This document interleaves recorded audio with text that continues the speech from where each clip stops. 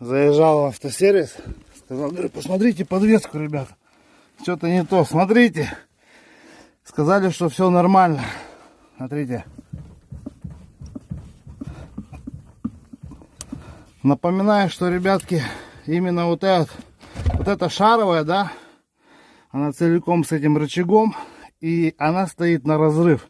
То есть, если она вылетает, у вас колесо в сторону, и вы в кувет. Сказали, что целые. Вот так вот.